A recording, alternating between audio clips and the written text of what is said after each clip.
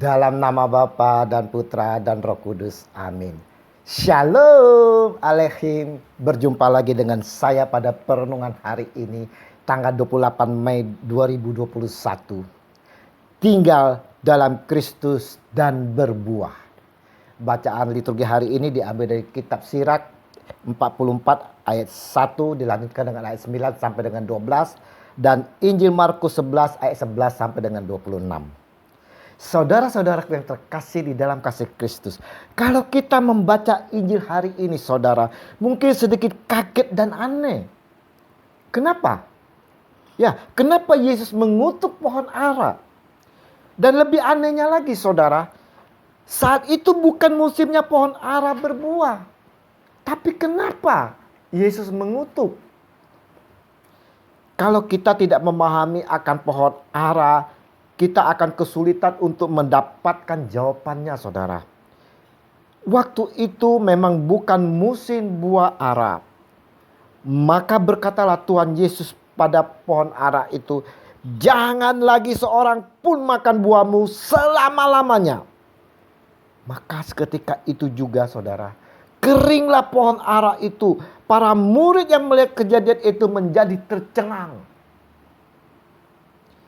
Kita akan mengerti sikap keras Tuhan Yesus itu jika kita memahami sifat pohon ara. Bagaimana pohon itu bertumbuh dan berbuah. Pada musim semi saudara, sebelum berbuah pohon ara itu biasanya akan mengeluarkan daun-daun dan putik-putik yang bentuknya menyerupai buah kecil. Putik-putik inilah bisa dimakan dan akan gugur dengan sendirinya bila buah ara mulai muncul. Apabila ada pohon ara yang tidak mengeluarkan putik, maka berarti pohon ara itu tidak akan berbuah. Sekalipun pada pohon itu daun-daunnya tumbuh lebat saudara. Nah, dalam Injil tidak dikatakan Tuhan Yesus hendak mencari buah ara. Tetapi dikatakan di sana, kalau ia mendapat apa-apa pada pohon itu. Markus 11 ayat 13. Yang dimaksud tampaknya putik-putik itu saudara. Dan ternyata dia memang tidak mendapatkannya. Dan dia hanya menemukan daun-daunnya saja. Inilah saudara-saudara yang terkasih, pangkal kata-kata keras Tuhan Yesus. Karena pohon ara itu berdaun lebat tetapi tidak berbuah.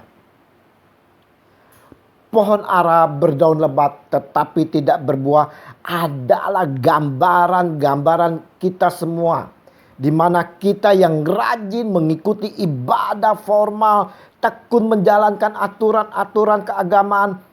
Tetapi saudara, hidup kita tidak berbuah, tidak membuat keadaan di sekeliling kita menjadi lebih baik. Kelihatannya aneh, tetapi kelihatannya saleh saudara. Tetapi kesalehannya itu kosong di mata Allah. Sebab ibadah memang bukan pertama-tama soal menjalankan rangkaian aturan keagamaan. Tetapi saudara-saudara juga soal hidup sehari-hari. Dan justru disitulah letak nilai suatu ibadah. Mental pohon ara saudara yang berdaun lebat tetapi tidak berbuah. Sampai saat ini sebenarnya masih kerap terjadi di dalam kehidupan kita. Seperti orang-orang yang di luarnya kelihatan rohani sekali, rajin dan taat melakukan acara dan aturan keagamaan, pelayanan, tetapi praktek hidup sehari-harinya penuh tipu daya dan kesewenangan saudara. Di mulut senang menyebut nama Tuhan dan mengutip ayat-ayat Alkitab. Tetapi saudara, di dalam hati dan pikiran penuh sampah serapah. Atau orang-orang yang aktif ke gereja tidak dengan motivasi karena mau dan terpanggil untuk melayani, tetapi karena semacam kompensasi psikologi daripada menganggur atau demi mendapat pengakuan dan perhatian. Orang-orang seperti ini saudara biasanya suka memaksakan kehendak. Pendapatnya tidak dapat dibantah. Terhadap orang yang tidak setuju, mereka akan menjauh, bahkan tidak jarang menganggapnya sebagai musuh. Mereka tidak akan berpikir saudara cara yang mereka tempuh.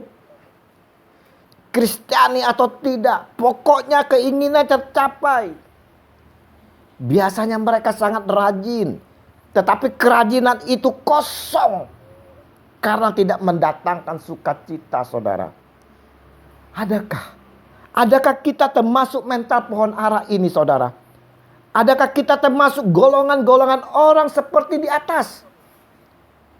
Apakah pelayanan kita, ibadah keagamaan kita sungguh-sungguh berbuah dalam hidup keseharian kita dan menjadi berkat bagi orang-orang di sekitar kita? Atau saudara, kita ini tidak lebih seperti pohon ara berdaun lebat tetapi tidak berbuah. Banyak berbuat, banyak melakukan, banyak mengatakan, tetapi hasilnya kosong, saudara. Perenungan hari ini mau mengajak kita semua untuk merefleksikan diri kita masing-masing. Bagaimana pertumbuhan iman kita akan Yesus? Adakah kita berbuah dan dapat membagikan sukacita kepada sesama? Jangan kita seperti pohon ara yang berdaun lebat tetapi tidak berbuah, saudara. Maka celakalah kita. Jika kita seperti ini, maka kita pun akan terkutuk. Waktu Tuhan masih ada bagi kita. Semuanya belum terlambat, saudara-saudara.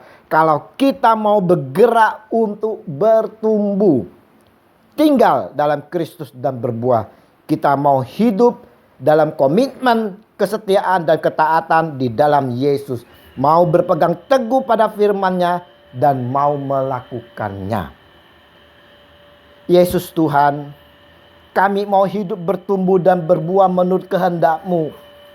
Biarlah roh yang Engkau berikan kepada kami dapat memimpin dan menuntun kami agar mampu hidup tinggal di dalam Engkau, Tuhan kami Yesus Kristus. Amin. Dalam nama Bapa dan Putra dan Roh Kudus. Amin. Shalom.